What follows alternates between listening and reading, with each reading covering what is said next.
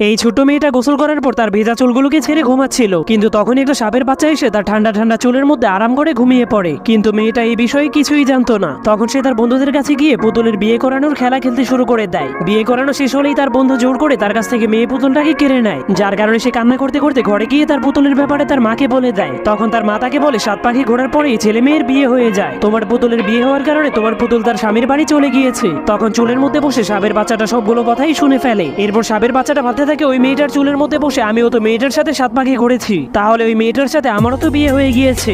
এরপর থেকে সাপটা সবসময় মেয়েটার খেয়াল রাখতে শুরু করে। কেউ মেয়েটাকে বিরক্ত করলেই সাপটা তাকে মেরে ফেলতো। কয়েক বছর পর মেয়েটা বড় হয়ে গেলে মেয়েটাকে দেখার জন্য ছেলেপক্ষ চলে আসে, কিন্তু তখনই সেই সাপটা এসে ছেলেপক্ষদেরকে গ্রাম থেকে তাড়িয়ে দেয়, যার কারণে মেয়েটার বাবা মা অনেক রেগে একজন সাপুড়েকে ডেকে আনে। তখন সাপুড়ে সাপটাকে জিজ্ঞেস করে, তুমি মেয়েটার পিছনে লেগে আছো কেন? সাপটা বলে, আমি হলাম ওর স্বামী, কারণ আমি ছোটবেলা 7 পাখি ঘুরে ওকে বিয়ে করেছিলাম। কিন্তু তখনই সাপুড়ে বিন বাজিয়ে সাপটাকে সেখান থেকে তাড়িয়ে দেয়।